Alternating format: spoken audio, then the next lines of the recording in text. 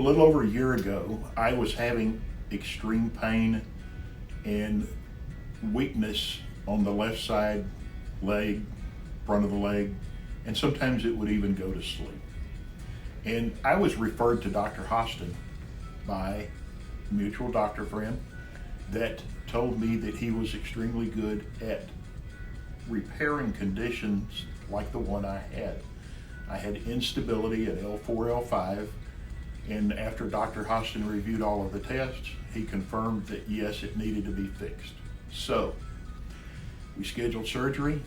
Dr. Hostin told me what was going to happen. Everything happened just like he said it would.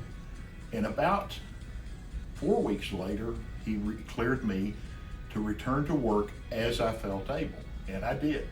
And then about 6 weeks later, we started some physical therapy through the HCA group out in Irving, Texas, my hometown, so that I could actually not have to drive all the way to North Dallas, but that works out well for patients of HCA. And I followed my instructor's directions. She taught me how to protect the fusion and Dr. Hostin and the hardware he had placed in it.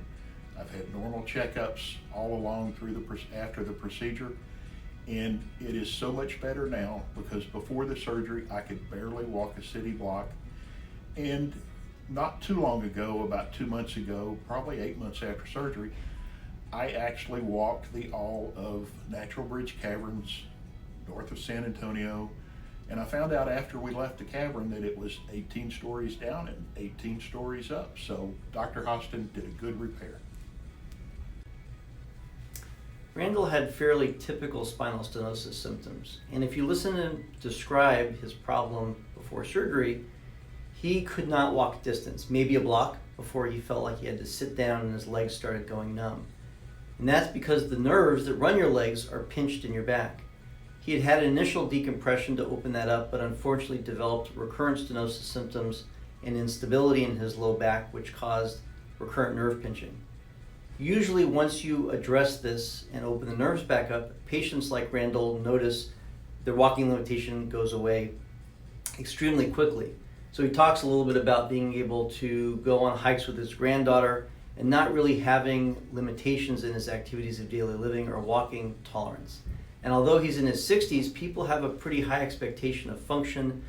A lot of my patients, when they retire, look forward to going on cruises in Europe and walking all around. And if they can't walk a block, it really affects their quality of life.